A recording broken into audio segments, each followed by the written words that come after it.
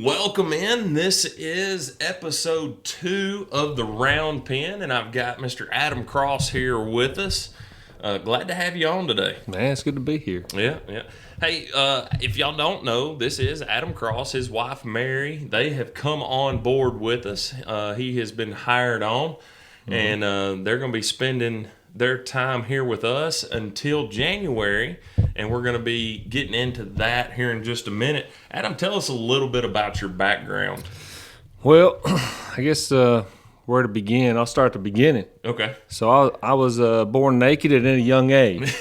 No, no. So for us, I have a wife and 3 daughters.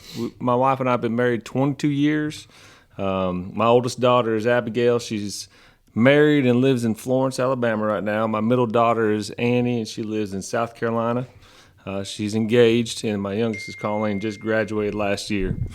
My wife and I was in the Navy for 11 years and 4 months, and then we got out, come work at Browns Ferry, and felt God was leading us more towards ministry. So we've been youth leader there at Crossbrand Cowboy Church.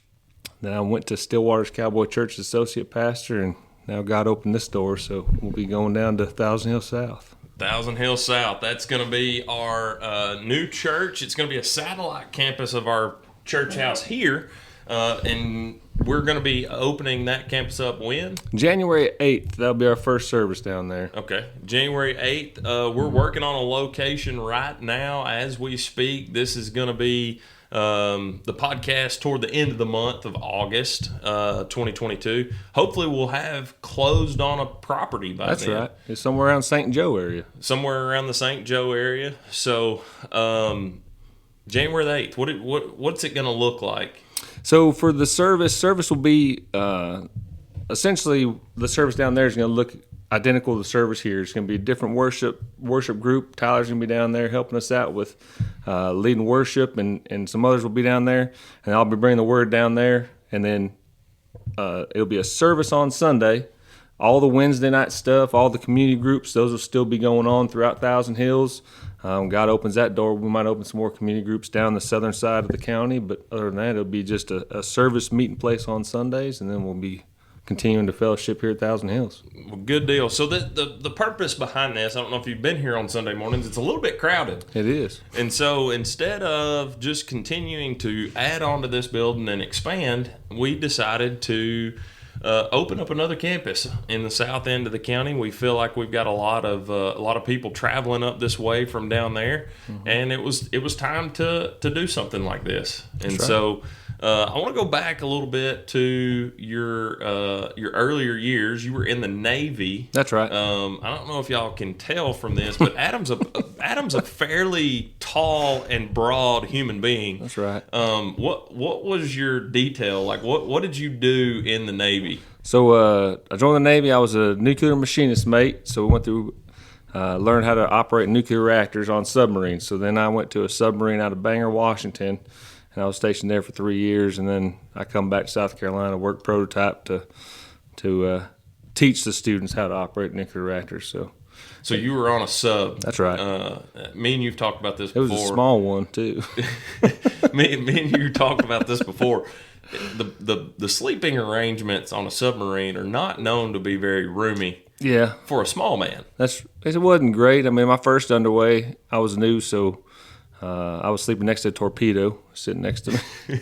And I can remember we'd be underway, and we'd start coming to PD or whatever, and periscope depth, and you'd start rocking. I'd just grab the side of my rack because I was in the rack, and just so I didn't fall out because there was nothing on the sides of me.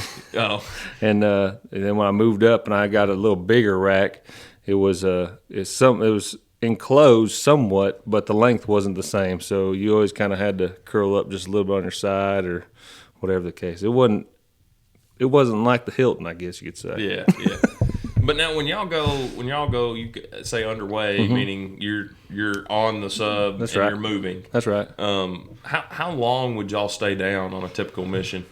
Well, it depends. I say my first underway was 119 days or 121 days, 119 days that we were submerged.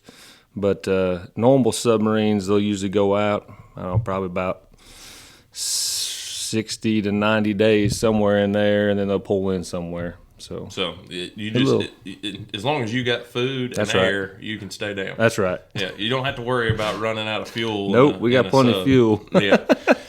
So going forward with kind of what your role is, you're going to be considered an elder of the church. In December, you're going to be going through ordination as as Tyler. So getting prepped and prepared for this new venture. That's right. For Thousand Hills South. Are you and Nathan going to kind of work together as far as what you're teaching, or is it going to be? I know I had talked to Nate a little bit. Yeah, that's a good question. We haven't really talked too much about if we're going to try and somewhat align the sermons, if you will, or at least kind of have some sort of, even if it's just a base scripture or maybe just a theme type idea. We haven't really talked too much about that, but for us, I know just to me it's exciting to know that there's going to be a lot of work that's going to have to happen first, right? Yeah. And God's going to send those volunteers and those helpers for us to make it ready, but we haven't talked too much about the actual services to see if we're going to try and align or get somewhere. How that's going to work. Yeah. But again, this is going to be a meeting place on Sunday. That's but right. All of the events starting out are still going to be tied in with Thousand Hills North or Thousand Hills Home Campus right here in Etheridge. But looking at what's going on down there, if the property that we're looking at, if all of this goes through, which hopefully by the time you're watching this, we'll know whether or not we've acquired the property that we're looking at. That's right. There is going to be a lot of work that's got to be done. That's definitely right. I think the property has a pole barn on it that we're going to try and convert into a church house, which is not going to be much different than what we're in right now. That's right. But there's going to be a lot of work that's going to have to be done. So going forward, our charge is, we need the help to come down and the volunteers to come down and be saved to serve, as Nathan has talked about for the last 2+ years now. And let's get this thing up and let's get it going. Let's get it off the ground and let's see what happens. That's right. We'll have some walls we'll have to take down. We'll have to rewire run some electrical and that type of thing. I mean, if you're not skilled in those areas, or if you run a weed eater, I'm sure we'll have stuff we got to do, or just sweep and clean up. We'll need that help too. So we'll probably have to plumb in some more bathrooms. And concrete's got to be poured, I think. Yeah, we got some concrete already there, so we'll have to probably pour some more and make do some fencing and get all sorts of good stuff. Some wall building, some painting. That's right. Yeah, everything that goes on with building a building, we're taking and converting a pole barn into a church house. That's exactly right. That's always exciting. Oh yeah. Just the buzz around all of this has been really incredible. I've talked to several people that are excited about this opportunity for them to go to church closer to where they live. That's right. We've got people at our church that travel a pretty good ways to come to church on Sunday mornings. There's people that drive an hour and 15 minutes to come here, and hopefully this will be closer to and reach some of those people closer to where they live, and it's going to allow room for Thousand Hills South to grow, and it's going to allow room for us here at the main campus to grow as well, and still be one church body, just have 2 locations. That's right. And so really excited about where this is going and what the Lord's doing within our church and within the community the sphere of influence that we have. But it's going to take a little work to get there. It will. It'll take work, but I love that type of stuff. Oh yeah. Projects and work, and I'm all about it. Yeah, and our people are. That's our right. people always tend to show up and show out. And, I think I've known Adam now, goodness, 5 years, 6 years, probably 5 or 6 at least. Yeah, it's been a while. Me and Adam actually met at church camp. That's right. When you were a sponsor with Cross Brand, and I was a sponsor with Thousand Hills, so that would have been probably 2014, 2015. That's probably about right. Somewhere around there. I can't remember the first year. I guess it was 2015 was the first year we went, and me and Adam got to know each other, and then kind of worked together during camp. Both on staff with camp there for a couple of years. That's right. And Adam's still on staff with camp. So Adam and Mary work with the Wrangler program at camp. What is the Wrangler program?